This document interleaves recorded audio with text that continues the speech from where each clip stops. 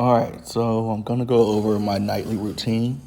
Keep in mind, it changes. There's some variations, but for the most part, this is what I do every night. Okay, so the first step is definitely washing your hands because it just makes sense. Why would I put my dirty hands all over my face? So take your time, get them really clean. And there's no need for a lot of this, so I sped it up for you.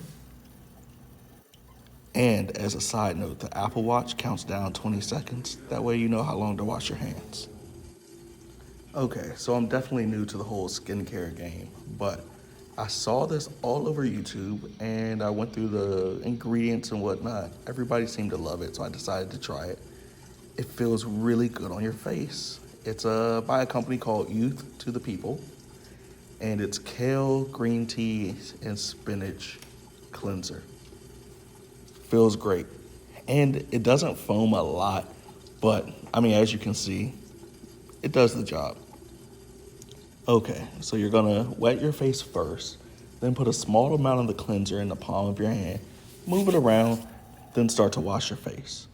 One thing you need to remember is around your eyes is way thinner and easier to bruise, so you wanna try and take it pretty gentle around there.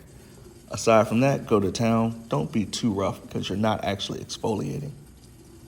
One of the other things I've realized after my extensive scientific research on YouTube is that if you are drying your face, you just want to pat it. You're not exfoliating. That's something completely different. Okay, now that everything is clean, we're on to our serums and whatnot. So I'm still not that great at figuring out how to layer them, but I got a decent idea.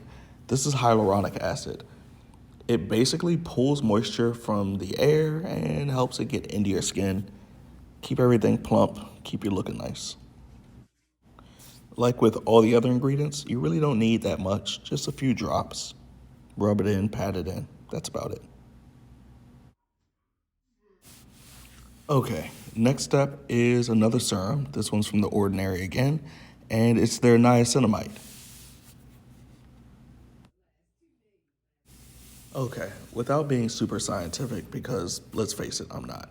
Niacinamide is going to help reduce your pores, even your skin tone some, and slow down the production of sebum, which is like the oil production for your skin. So it'll help with like blackheads, whiteheads, and just help your skin not be greasy.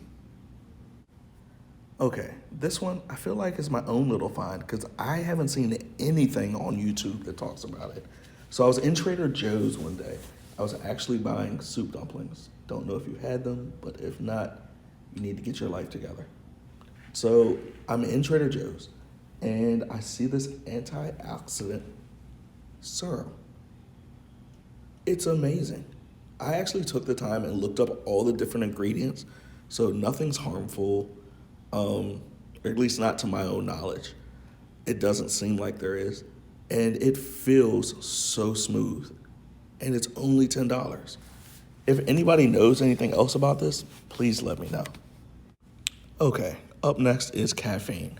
So, no, it doesn't get you excited, but it does go under your eyes and it's supposed to like plump up and help them not seem sunken in. I will say I do alternate though. One night I'll use this, then the next night I'll use the brightener. Let's be real. Be really careful. They are your eyes.